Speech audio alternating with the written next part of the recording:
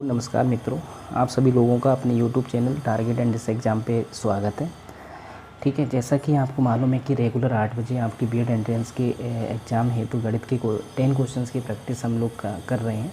ठीक है, और इस चैनल को आप शेयर कर दीजिएगा भी, जिससे कि आपके जो सहपाठी हैं वो आपके इस चैनल से जुड़ सकें और इस चीज़ का उन्हें भी इस चीज़ का फ़ायदा मिल सके, उनकी तैयारी बेटर हो सके। ठीक है, तो आज पहला जो क्वेश्चन है वो इस टाइप से है।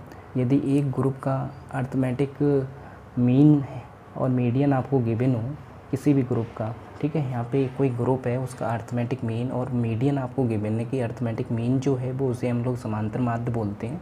समांतर माध्य आपका है वो 8.9 है और मीडियन उसकी 9 है। ठीक है, तो आपको बहुलक कैलकुलेट करना है। तो बहुलक कैलकुलेट करने का जो मॉड कैलकुलेट करने का जो फार्मूला होता है, तो वो आपको कैलकुलेट करना है कि यहाँ पे 7.2 होगा या फिर 8.2 होगा या फिर आपका 9.2 होगा या फिर 10.2 होगा। तो आपको मॉड कैलकुलेट करने का जो फार्मूला होता है, मॉड कैलकुलेट करने का जो फार्मूला होता है वो आपको याद कर लेना है। 3 इंटू मीडियन माइनस, ठीक है, 2 इंटू मीन। ठीक है, ये आपका फार्मूला होता है। तो इसमें कैलकुलेट करिए और आपको आंसर आ जाएगा 3 इंटू मीडियन आपके 9 है। ठीक है, और यहाँ पे 2 इंटू आपका 8.9 ये मीन है। 9 3 27 होते हैं और माइनस का 2 नेम 18, ठीक है, और 2 8 16 है और 16 1 17, यानी 17.8 आ जाएगा। तो 27 में से 17.8 माइनस करोगे तो 2 बचेगा इधर साइड 26 में से 17 माइनस करोगे, ठीक है, 9.2 आ जाएगा। तो 9.2 आंसर आपका होगा, इसका सी ऑप्शन इज करेक्ट होगा। नेक्स्ट क्वेश्चन हम लोग यहाँ पे देखेंगे। नेक्स्ट वाला, हेलो, हाँ, सेकंड क्वेश्चन आपका है 10 संख्याओं का समांतर माध्य 25 है। समांतर माध्य को इंग्लिश में हम लोग बोलते हैं अर्थमेटिक मीन। अर्थमेटिक मीन आपका 25 के बिनो अंतिम 8 संख्याओं का जो समांतर माध्य है अर्थमेटिक मीन है वो 20 है। प्रथम 2 संख्याओं का योगफल ज्ञात करना है कि 2 संख्याओं का योगफल कितना होगा। तो इसका सलूशन बच्चों करिएगा और जो भी आंसर आए उसे अपने कमेंट बॉक्स में राइट कर जरूर करते रहिएगा। ठीक है, तो यहाँ पे 10 संख्याओं का समांतर माध्य यानी अर्थमेटिक मीन आपको गिवन है। तो अर्थमेटिक मीन कैलकुलेट करने का जो फार्मूला होता है वो आपको मालूम है कि यहाँ पे हम लोग क्या करते हैं कि यहाँ पे जो अर्थमेटिक मीन, तो आपको मालूम है कि सम ऑफ ऑब्जर्वेशन तो ऑब्जर्वेशंस तो आपका है सम करना है और अपॉन में नंबर राइट करते हैं, उनका संख्या नंबर। ठीक है, तो यहाँ पे नंबर ऑफ ऑब्जर्वेशंस, तो ये फार्मूला आपका होता है सम ऑफ ऑब्जर्वेशंस, ठीक है, observations upon number of observations, ठीक है, ऑब्जर्वेशंस, तो ये फार्मूला होता है। ठीक है, तो यहाँ पे देखिए ये अर्थमेटिक मीन आपका गिवन है 25 और देखो नंबर इसका 10 गिवन है। सम आपको कैलकुलेट करना है, तो सम आपका आ जाएगा, ये सम आएगा आपका 10 नंबर्स का। तो यहाँ पे 10 नंबर्स का जो सम है वो आपका कितना आ गया, 250 आ गया। बिल्कुल सिमिलरली इसी टाइप से हम लोग क्या करेंगे, इसी टाइप से हम लोगों को क्या किया मैंने कि अंतिम 8 नंबर संख्याओं का समांतर माध्य गिवन है, 8 संख्याओं का। तो 8 संख्याओं का जो समांतर माध्य है वो भी इसी टाइप से कैलकुलेट होगा। ठीक है, 8 नंबर का जो समांतर माध्य है वो भी इसी टाइप से कैलकुलेट होगा। तो 8 नंबर का समांतर माध्य कितना होगा, तो 8 नंबर का जो समांतर माध्य है यहाँ पे जैसे AM इक्वल टू क्या होता है, AM यानी AM equal to sum upon number. तो यहाँ पे AM कितना है, AM आपका 20 है, तो सम यहाँ से कैलकुलेट हो जाएगा। सम कितने नंबर का होगा, ये लास्ट अंतिम यानी कि लास्ट 8 नंबर का सम होगा। तो सम ऑफ लास्ट 8 नंबर, ठीक है, 8 नंबर का जो सम है वो आपका आ जाएगा 20 इंटू सॉरी आगे राइट नहीं किया जा रहा होगा, तो यहाँ पे 20 इंटू आपका कितना हो जाएगा, number is equal to 20 into 8, तो भी ये 160 आपका आ जाएगा। तो सम ऑफ लास्ट 8 नंबर का जो सम है वो आपका 160 आ गया और स्टार्टिंग के यानी कि सम 10 नंबर का जो सम है वो आपका कितना आ गया, 250। तो इसको जब हम लोग सॉल्व करेंगे तो आपका जो आंसर आएगा, ठीक है, उसमें से हम लोग माइनस कर देंगे। टोटल आपका आ रहा था हमें प्रथम दो संख्याओं का क्या करना है, दो संख्याओं का योग ज्ञात करना है कि योगफल कितना होगा। तो इस टाइम जो आ रहा था वो 250 आ रहा था। 250 में से अंतिम 8 संख्याओं का जो योगफल आ रहा था तो 160 था। 160 माइनस करोगे तो आपका जो आंसर आएगा, ठीक है, 5 और 90 आ जाएगा। तो 160 में से हम लोग क्या 250 में से हम लोग क्या माइनस कर देंगे, 250 में से आप लोग 160 माइनस कर देंगे तो आपका आंसर आ जाएगा 90। तो 90 इज़ द करेक्ट आंसर। ठीक है, नेक्स्ट क्वेश्चन हम लोग करेंगे।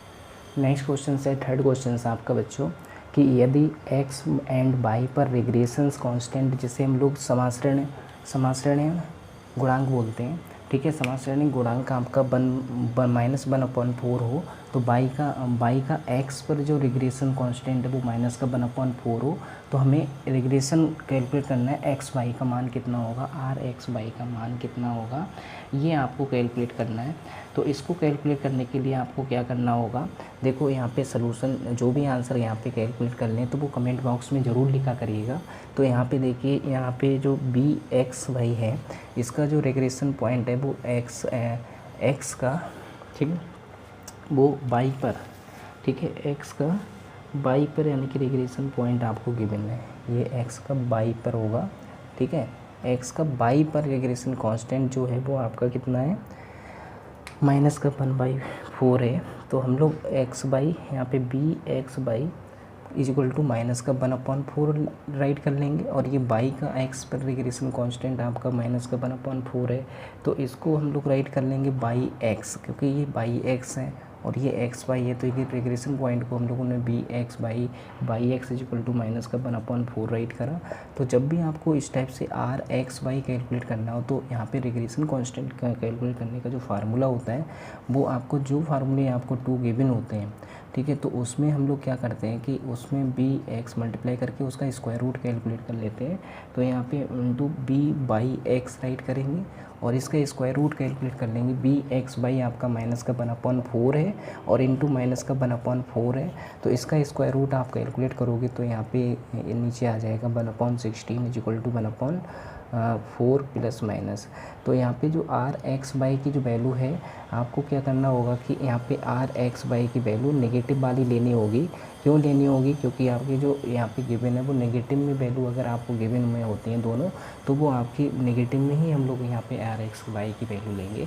तो इसका जो करेक्ट आंसर आपका होगा वो आपका -1/4 ही होगा, -1/4। तो रिग्रेशन पॉइंट ये चीज़ ध्यान रखना कि किसी भी अगर जैसे x का y पे रिग्रेशन कांस्टेंट आपको गिवन हो -1/4, y का x पे रिग्रेशन पॉइंट अगर कांस्टेंट आपको गिवन हो -1/4, तो उसका रिग्रेशन यानी xy पे अगर आपको xy कैलकुलेट करना है, r(x(y) कैलकुलेट करना है, तो उसका जो फार्मूला होता है वो इस टाइप से राइट किया जाएगा और ऐसे कैलकुलेट कर लेंगे हम लोग। नेक्स्ट क्वेश्चन है आपका, नेक्स्ट क्वेश्चन देखो बच्चों, इसमें फोर्थ वाले क्वेश्चंस में आपको क्या करना है, आपको एक टेबल आपको गिवन है, यहाँ पे सारणी दी हुई है, उसमें आपको स्टैंडर्ड डेविएशंस कैलकुलेट करना है, जिसमें आपको यहाँ पे xi गिवन है और यहाँ पे fi यानी उसकी फ्रिक्वेंसी गिवन है। तो आपको जब ये चीज़ इस टाइप की अगर टेबल आपको गिवन हो और यहाँ पे स्टैंडर्ड डेविएशंस आपसे कैलकुलेट करने को कहा जा रहा हो, तो उसमें हम लोग कैसे कैलकुलेट करेंगे, इस चीज़ को हम लोगों को यहाँ पर समझना है, ठीक है। इसको समझने के लिए आपको क्या करना होगा कि स्टैंडर्ड डेविएशंस का जो फार्मूला होता है बच्चों करिएगा, और इसका जो भी आंसर यहाँ पे कैलकुलेट होके आए ज़रूर कमेंट बॉक्स में राइट करिएगा। देखो, जब तक अपने आप में कॉपी और पेन लेकर नहीं बैठोगे तब तक कोई भी क्वेश्चन आपसे सॉल्व करने में मज़ा नहीं आएगा, और आपको ऐसे ही लगेगा कि आपसे क्वेश्चन, फिर तभी आपको लगेगा कि आपसे क्वेश्चन हो पा रहे हैं कि नहीं हो पा रहे हैं। तो स्टैंडर्ड डेविएशंस का कैलकुलेट करने का जो फार्मूला होता है वो आप यहाँ पर राइट कर लीजिएगा। फार्मूला यहाँ पे जैसे सिग्मा स्क्वायर से हम लोग राइट करते हैं, और यहाँ पे हम लोग लिखेंगे सिग्मा fi फ्रिक्वेंसी होती है xi माइनस x बार का होल स्क्वायर अपॉन यहाँ पे n राइट किया जाता है। तो ये फार्मूला होता है आपका, क्या होता है, फार्मूला होता है। यहाँ पे फ्रिक्वेंसी राइट की जाएगी और यहाँ पे xi माइनस x बार आपको पहले कैलकुलेट करना होगा, फिर उसका होल स्क्वायर राइट करना होगा, फिर मल्टीप्लाई करना होगा, यानी इतने स्टेप आपको राइट करने होंगे। तो इसके लिए हम लोगों को एक टेबल यहाँ पे जनरेट करनी होगी। तो जनरेट करने के लिए आपको मालूम है कि xi आपके पास गिवन है, fi गिवन है, तो यहाँ पे 4 8 ये हम लोग राइट कर लेंगे, 11 17 20 24 32 ठीक है, ये हम लोगों ने राइट कर लिया। नीचे साइड दिख नहीं रहा होगा, लेकिन आप इस टाइप से देखना, ठीक है। थोड़ा सा हम लोग आगे जूम कर ले रहा हूँ। ये आपका है 24 और 32, ठीक है, ये आपका आ जाएगा। नेक्स्ट क्वेश्चन यहाँ पे है कि एफ आई की जो वैल्यू है वो आपकी कितनी है।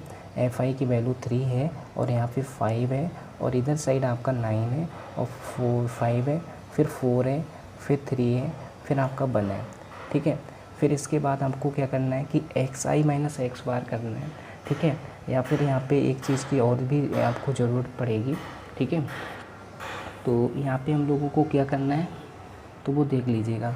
वैसे उसकी ज़रूरत करने की ज़रूरत नहीं है, इन दोनों की मल्टीप्लाई करने को कह रहा था, लेकिन इनकी ज़रूरत नहीं है। आप सीधे एक्स आई माइनस एक्स बार करिएगा। एक्स आई माइनस एक्स बार करोगे तो आपका आ जाएगा, ठीक है, एक्स आई माइनस एक्स बार, ठीक है, एक्स बार करेंगे। एक्स आई माइनस एक्स बार जब आप लोग करोगे तो एक्स आई यहाँ पे किसी को भी आप यहाँ पे क्या कर लोगे, x r minus x bar, x r minus x bar, ठीक है, x i minus x bar. X bar किसको जूम करोगे, एक्स बार यहाँ पे हम लोग ले रहे हैं, ठीक है। हम लोग एक्स बार आप यहाँ पे जो हेलो स्टूडेंट, यहाँ पे क्या करेंगे हम लोग, x i minus x bar calculate करने से पहले हम लोगों को एक्स बार कैलकुलेट करना होगा। क्या करना होगा, एक्स बार कैलकुलेट करना होगा। तो एक्स बार तभी कैलकुलेट हो पाएगा क्योंकि आपने मालूम होगा कि अर्थमेटिक मीन हम लोगों ने पहले कैलकुलेट किया था, बिल्कुल उसी टाइप से हम लोग यहाँ पे कैलकुलेट करेंगे। तो एक्स आई एफ आई दोनों की प्रोडक्ट यहाँ पे करा देंगे। जब दोनों की प्रोडक्ट आप कराओगे तो आपका कितना आएगा, 4 3 12, ठीक है, 8 5 40, 11 99, 17 5 85 और 20 चौक 80 और 3 चौक 12, 3 2 6 1 7 72, ठीक है, फिर 32। अगर इसका सम करोगे तो ये सम आपका जो आएगा वो 420 आ रहा होगा। कितना आ रहा होगा, 420। तो हम लोग 420 आ रहा होगा। तो आप यहाँ पे x बाई अगर कैलकुलेट करोगे तो x बार आप कैलकुलेट करोगे तो x बार आपका आएगा 420 डिवाइडेड बाय 30, यानी आपका आ रहा होगा 14 3 42, 14, ठीक है। अब इस 14 आपका x बार आया है, x बार क्या आया, 14 आया। तो 14 जो x बार आपका आ रहा है, इसको हम लोग क्या करेंगे, एक्स आई में से हम लोग क्या करेंगे, माइनस करेंगे। तो एक्स आई में से एक्स बार माइनस करोगे तो आपका आएगा यहाँ पे माइनस का 10, ठीक है, माइनस का 10, माइनस का 6, माइनस का 3, ठीक है, 3 और यहाँ पे 6 आ रहा होगा, और यहाँ पे आपका 10, यहाँ पे 18, ठीक है। तो इस एक्स बार का काम यहाँ तक था। फिर उसके बाद हम लोगों को स्क्वायर करना है x i minus x bar का होल स्क्वायर। तो होल स्क्वायर आपका आएगा 100, यहाँ पे 36 9 9 36 100 और यहाँ पे 324, ठीक है, ये स्क्वायर आ जाएगा। फिर हम लोग क्या करेंगे कि यहाँ पे एफ आई और x i minus x bar का होल स्क्वायर की मल्टीप्लाई करा देंगे। तो यहाँ पे एफ आई की और इसकी मल्टीप्लाई जब हम लोग कराएंगे तो यहाँ पे आपका आएगा 300, ठीक है। फिर इसके बाद आएगा 180, फिर इसके बाद 81, ठीक है, 9 9 जा 81, 9 5 जा 45, ठीक है। फिर इसके बाद आपका आएगा 144, फिर इसके बाद अगर हम लोग मल्टीप्लाई करेंगे तो आपका आएगा 300, फिर इसके बाद 325। अगर हम लोग इसका सम करेंगे ना तो आपका जो सम होके आएगा वो 1374 आएगा। 1374 सम आया। तो जो ये जो सम आ रहा है और इधर साइड से अगर हम लोग सम कर रहा था तो यहाँ पे जो आ रहा था वो 30 आ रहा था, 30 आ रहा था। तो यहाँ पे ये n की वैल्यू होगी। तो यहाँ पे हम लोग क्या करेंगे, ये n की वैल्यू होगी तो इसमें डिवाइड करेंगे, ठीक है। फिर यहाँ पे वैल्यू पुटअप करेंगे और वैल्यू पुटअप करने के बाद ये summation f i x i minus x bar का होल स्क्वायर की वैल्यू होगी, उसको डिवाइड करेंगे 30 से। तो आपका आंसर जो कैलकुलेट होके आएगा वो आपका आंसर जो होगा वो आपको यहाँ पे राइट करना होगा, ठीक है। यहाँ पे आपका आंसर होके आएगा कैलकुलेट होके sigma square is equal to divide करना है 3074 को कितने से, 30 से। तो आपका आंसर जो आ रहा होगा वो 45.8 आ रहा होगा। यहाँ से सिग्मा की वैल्यू अगर हम लोग कैलकुलेट करेंगे तो आपका आएगा 8 और इज इक्वल टू 6.77। तो बी ऑप्शन इज़ करेक्ट होगा, इसका बी ऑप्शन आपका क्या होगा, करेक्ट होगा। तो स्टैंडर्ड डेविएशन आपको मालूम होंगे कि कितना आया। अगला नेक्स्ट क्वेश्चन जब हम इस वाले क्वेश्चंस में बच्चों आपको क्या करना है कि 23, 12, 21, 19, 26 और 27 की मीडियन आपको क्या करनी है, कैलकुलेट करनी है। तो मीडियन कैलकुलेट करने का जो इसका आंसर आपको बताना है कि 21 आएगा, कि आपका आंसर आपका 22 आएगा, या फिर आंसर आपका 23 आएगा, या फिर 20 आएगा, ये आपको कैलकुलेट करना है। तो इसमें मीडियन कैलकुलेट करने के मोटो ये रहता है आपका कि यहाँ पे हम लोग जो भी सॉल्व करेंगे, यहाँ पे सबसे पहले हम लोग को असेंडिंग ऑर्डर में अरेंज करना पड़ेगा। तो इसका जो सलूशन होगा बच्चों को हम लोग यहाँ पे सॉल्व करेंगे, असेंडिंग ऑर्डर में अरेंज करेंगे। सबसे पहले जो भी डेटा आपका गिवन होगा उसको आप लोग क्या करोगे, असेंडिंग ऑर्डर में अरेंज करोगे। तो असेंडिंग ऑर्डर में आपका सबसे पहले 12, फिर 19, फिर आपका 21, फिर आपका आएगा 23, फिर आपका 26, फिर आपका 27। तो यहाँ पे जो डेटा है वो 1, 2, 3, 4, 5, 6 ऑब्जर्वेशन है। यहाँ पे 1, 2, 3, 4, 5, 6। तो देखो हमें फार्मूला लगाने की ज़रूरत नहीं है, जो भी आपको मीडियन गिवन होगा तो उसमें हम लोग क्या करेंगे कि यहाँ पे जैसे 6 आ रहा है, ठीक है, आपका कैसा आ रहा है, इवन आ रहा है। तो इवन आ रहा है तो हम लोग क्या करेंगे कि शुरू पीछे से हम लोग 2 हाइड कर लेंगे, आगे से 2 हाइड कर लेंगे, बीच में आपके 2 बच रहे हैं। तो इवन वाले में आपको बीच के 2 लेना है, ठीक है। ऑड वाले में आपको क्या करना है, सिंगल टर्म लेना है। एक पीछे से जितने नंबर आप हाइड करोगे उतनी आगे इससे आपको हाइड करना पड़ेगा। तो यहाँ पे 2 नंबर आपके बच रहे हैं, ठीक है। इन 2 का क्या करोगे, आप कैलकुलेट कर लीजिए और हाफ़ कर दीजिए, इसे सम कर लीजिए, दोनों का मीडियन कैलकुलेट हो जाएगी आपकी, ठीक है। तो आपको फार्मूला लगाने की यहाँ पे ज़रूरत नहीं पड़ेगी। तो 2 + 1 आपका 3 + 1 आपका 4 हो जाएगा, 2, 2 4 हो जाएगा। तो 2 से डिवाइड करोगे 22 आ जाएगा। तो इसका जो आंसर आपका होगा वो कितना आ जाएगा, 22 आंसर आ जाएगा, ठीक है। तो इसका सही आंसर आपका 22 होगा, 22, ठीक है। इसका करेक्ट आंसर क्या होगा बच्चों, 22 होगा, ठीक है। नेक्स्ट आप क्वेश्चन, तो बच्चों इसमें क्या करना है, क्वेश्चन नंबर आपका 6 है। इसमें कोई एक आयताकार लॉन की माप है वो आपको गिवन है। लॉन की जो माप है वो आपको गिवन है 75 मीटर बाई 60 मीटर। लॉन के बीच की जो 4 मीटर समान चौड़ाई की 2 सड़कें इस प्रकार बनी हुई हैं, बनी हुई है कि एक सड़क लॉन की लंबाई के समांतर तथा दूसरी सड़क उसकी चौड़ाई के समांतर हो। तो सड़क पर 4.50 मीटर स्क्वायर की दर से रोड़ी बिछवाने का खर्च क्या होगा, ये आपको कैलकुलेट करना है। तो इसको कैलकुलेट करने के लिए आपको क्या करना होगा कि यहाँ पे कि आपका जो आंसर आएगा वो 2258 आएगा, 2358 रुपीज़ आएगा, या 2458 रुपीज़ आएगा, या 2558 रुपीज़ आएगा। तो इसको देखिए, एक कोई आयताकार आपका लॉन है। तो इसके लिए आप सबसे पहले क्या करोगे कि यहाँ पे इस क्वेश्चन को सॉल्व करने के लिए आपको एक आयत बनाना होगा। क्या बनाना होगा, आयत बनाना होगा। तो आयताकार एक लॉन है, क्या है, आयताकार एक लॉन है, ठीक है। ये आयताकार एक लॉन हम लोगों ने बना लिया। इस आयताकार लॉन में आपके दो सड़कें हैं जो इस प्रकार है कि एक लंबाई के समांतर सड़क है, रोड है, ठीक है, और एक है वो चौड़ाई के समांतर रोड है आपका। इस पे रोड़ी बिछवाना है, ठीक है। तो एक ये चौड़ाई जो है इसमें समान आपकी चौड़ाई है 4 सेंटीमीटर, तो 4 मीटर, और ये भी आपका 4 मीटर है, ये भी ध्यान रखना, ठीक है। इसकी जो लंबाई है वो आपको मालूम है कि लॉन की जो लंबाई है वो 75 मीटर है यहाँ से यहाँ तक का, और इसकी लॉन की जो चौड़ाई है वो आपको मालूम है, लॉन की जो चौड़ाई है ये 4, लॉन की जो चौड़ाई है वो आपकी कितनी है, लॉन की चौड़ाई 60 है, ठीक है, ये 60 है। आपको क्या करना है, आपकी दोनों सड़कों का यानी इसको ABCDEFGH,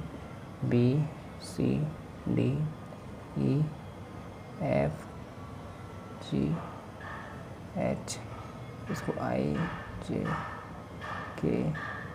अजूम कर लिया हम लोगों ने, ठीक है। आपको क्या करना है कि इसका एरिया कैलकुलेट करना है, ठीक है। एरिया अगर ये भी आयत शेप का होगा ना, एरिया ऑफ EFGH, तो इसका एरिया अगर आप कैलकुलेट करोगे तो ये कितना है, लंबाई इसकी लेंथ आपकी L × B आपका 4 है। तो इसको अगर हम लोग यहाँ पे मल्टीप्लाई करेंगे तो आपका मल्टीप्लाई करने पे आपका आ जाएगा 300 मीटर स्क्वायर। अगर आपको एरिया कैलकुलेट करना है, एरिया ऑफ ABCD तो इसका एरिया कैलकुलेट करने के लिए आपकी जो लंबाई तो आपकी 4 है और चौड़ाई आपकी 60 है, तो यहाँ पे 624 240 मीटर हो जाएगा स्क्वायर। ठीक है, ये एरिया आपका आ जाएगा। नेक्स्ट आपका ये कॉमन रीजन का एरिया आपका होगा जो उभयनिष्ठ होगा, दोनों में ऐड हो गया होगा। तो हम लोग यहाँ पे क्या करेंगे, दोनों सड़कों के उभयनिष्ठ, तो यहाँ पे लिख देंगे, थोड़ा सा रफ़ कर रहा हूँ, तो रफ़ करेंगे तो भी हमको दिखाई देगा। तो यहाँ पे देखिए, फिर हम लोग यहाँ पे क्या करेंगे, ठीक है, कि यहाँ पे जो आपका कॉमन पार्ट है, ठीक है, कॉमन पार्ट आपका जो कॉमन पार्ट है आपका आई जे के एल, ये 2 बार ऐड हो गया होगा। इसका एरिया अगर आप कैलकुलेट करोगे तो 4 × 4 यानी 4 4 जा 16 मीटर स्क्वायर। तो हम लोगों को क्या करना है कि एरिया कैलकुलेट करना है सड़क का। तो सड़क का क्षेत्रफल कितना है, क्योंकि सड़क में ही आपको क्या करनी है, रोड़ी बिछवानी है, सड़क में ही आपको रोड़ी बिछवानी है। तो यहाँ पे सड़क का जो क्षेत्रफल होगा वो हमें कैलकुलेट करना होगा। सड़क का क्षेत्रफल पहले जो आया था वो आपका 300 था, फिर दूसरी बार में जो आया था वो आपका 240 था। इस 240 में एक बार एक्स्ट्रा यानी कि आपका 16 ऐड हो गया होगा, उसको माइनस कर देंगे। इसको जब आप कैलकुलेट करोगे तो आपका जो आंसर आएगा वो 524 मीटर स्क्वायर आएगा। ठीक है, आपको रोड़ी बिछवाने का जो चार्ज है वो आपका कि मीटर स्क्वायर के हिसाब से यानी कि 1 मीटर स्क्वायर का 4.450 लिया जा रहा है। तो यहाँ पे जो इसकी दर से यानी कि उसका खर्च कितना होगा, तो खर्च आपको कैलकुलेट करना है। तो खर्च जो हो जाएगा वो 524 की मल्टीप्लाई हम लोग 4.50 से करा लेंगे। 4.50 से जब हम लोग मल्टीप्लाई यहाँ पे कराएंगे तो आपका जो खर्च आएगा वो आपका आएगा 2358 रुपीज़। ठीक है, 2358 रुपीज़ आएगा। तो इसका जो सही करेक्ट आंसर आपका होगा वो 2358 करेक्ट आंसर होगा। ठीक है, तो नेक्स्ट क्वेश्चंस देखिएगा, काफ़ी लंबे क्वेश्चन पड़ जाते हैं नोट करने में। ठीक है, नेक्स्ट क्वेश्चंस हम लोग यहाँ पे करेंगे। आप देखो, इस वाले क्वेश्चन 7th जो क्वेश्चन है उसमें आपसे कहा गया है कि एक कोई वर्ग है, एक कोई आयत है, यानी वर्ग को हम लोग स्क्वायर बोलते हैं, आयत को रेक्टेंगल, और एक आपको समकोणीय समद्विबाहु गिवन है। ठीक है, रेक्टेंगुलर कोई एक ट्रायंगल गिवन है जो आपका आइसोसेलेस ट्रायंगल है, उसका परिमाप, तीनों का परिमाप आपका कैसा है, समान है। आपको ये बताना है कि सबसे ज़्यादा मैक्सिमम क्षेत्रफल वाला जो यानी कि मैक्सिमम एरिया वाली जो शेप होगी वो कौन सी होगी, कि स्क्वायर होगी, रेक्टेंगल होगी, या फिर समकोणीय समद्विबाहु होगी, या समकोणीय आइसोसेलेस होगी, तो या फिर ज्ञात नहीं किया जा सकता, ये आपको बताना है। तो इस टाइप के जब क्वेश्चन सामने आते हैं तो हम लोग क्या करते हैं, ठीक है, वो आपको बताना है। तो इसमें देखिए, अगर आपको क्या करना है कि इसमें बताना है कि कौन सी शेप आपका, कौन सी किसका एरिया सबसे ज़्यादा होगा। तो एरिया अगर आपको सबसे ज़्यादा फाइंड आउट करना है तो यहाँ पे जो स्क्वायर है, स्क्वायर का एरिया, स्क्वायर यहाँ पे लेट कर लेंगे हम लोग। स्क्वायर का जो पेरीमीटर है, पेरीमीटर हम लोग यहाँ पे जूम कर लेंगे, पेरीमीटर आपका पी है। ठीक है, क्या जूम कर लेंगे, पी है। और यहाँ पे जो इसका स्क्वायर की जो साइड है वो हम लोग ए अजूम कर लेंगे कि आपकी स्क्वायर की साइड कितनी है, ए है। ठीक है, तो इसका जो पेरीमीटर आपका हो जाएगा वो 4A = P हो जाएगा। तो यहाँ से ए कैलकुलेट करोगे तो P/4 हो जाएगा। ठीक है, अगर यहाँ से A² कैलकुलेट करोगे तो P²/16 आ जाएगा। तो ये एरिया आ गया किसका, स्क्वायर का। ठीक है, इसी टाइप से देखो यहाँ पे रेक्टेंगल का परिमाप कितना जूम कर लिया हम लोगों ने, कि यहाँ पे पेरीमीटर जूम कर लिया हम लोगों ने रेक्टेंगल का। ठीक है, रेक्टेंगल का जो पेरीमीटर है वो हम लोगों ने पी अजूम कर लिया। इसके लिए पी अजूम करने के लिए रेक्टेंगल का जो पेरीमीटर होता है वो 2L + B = P हो जाएगा। जब हम लोग यहाँ से B की वैल्यू कैलकुलेट करेंगे तो P/2 - L आ जाएगा। ठीक है, अब ये जो वैल्यू आ गई इसमें एरिया में कैलकुलेट करेंगे, एरिया इसका हो जाएगा L × B। जब L × B होगा तो L कितना है आपका, L यहाँ पे L ही रहेगा, और B अभी हम लोगों ने कैलकुलेट कर लिया, P/L ये आपका आ गया था। ठीक है, जब हम लोगों ने ये इसको कैलकुलेट करोगे तो यहाँ पे आपका आ जाएगा PL/2 - L², ये आपका कैलकुलेट होगा। ठीक है, जब ये कैलकुलेट हो जाएगा तो हम लोग क्या करेंगे कि यहाँ पे P²/16 एक बार हम लोग माइनस करेंगे, एक बार हम लोग यहाँ पे प्लस कर लेंगे।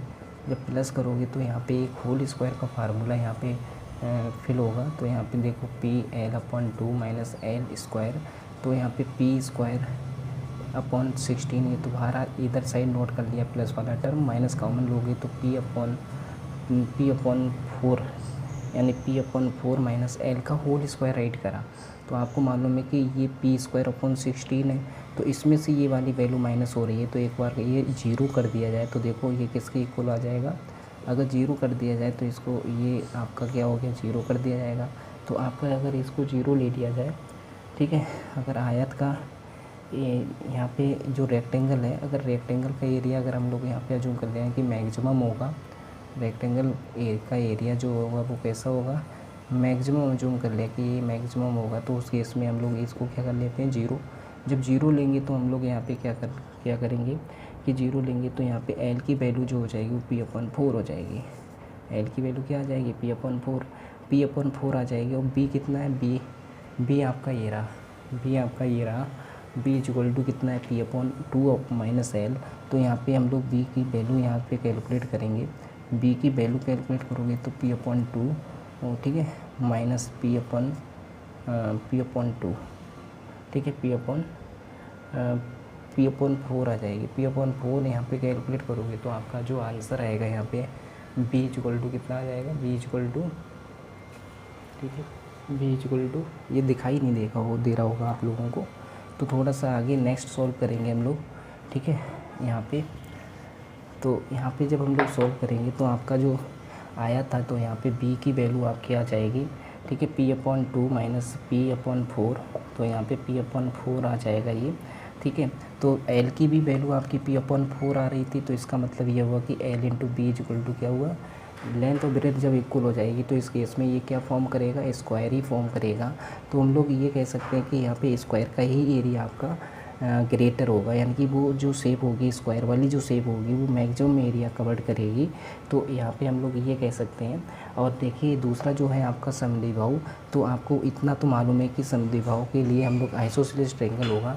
इस आइसोसेलेस ट्रायंगल में जो आइसोसेलेस ट्रायंगल होगा तो उसमें आपका क्या होगा कि दो साइड आपकी इक्वल होंगी, टू साइड आपकी इक्वल होंगी, एक 90 डिग्री आपका एंगल फॉर्म होगा।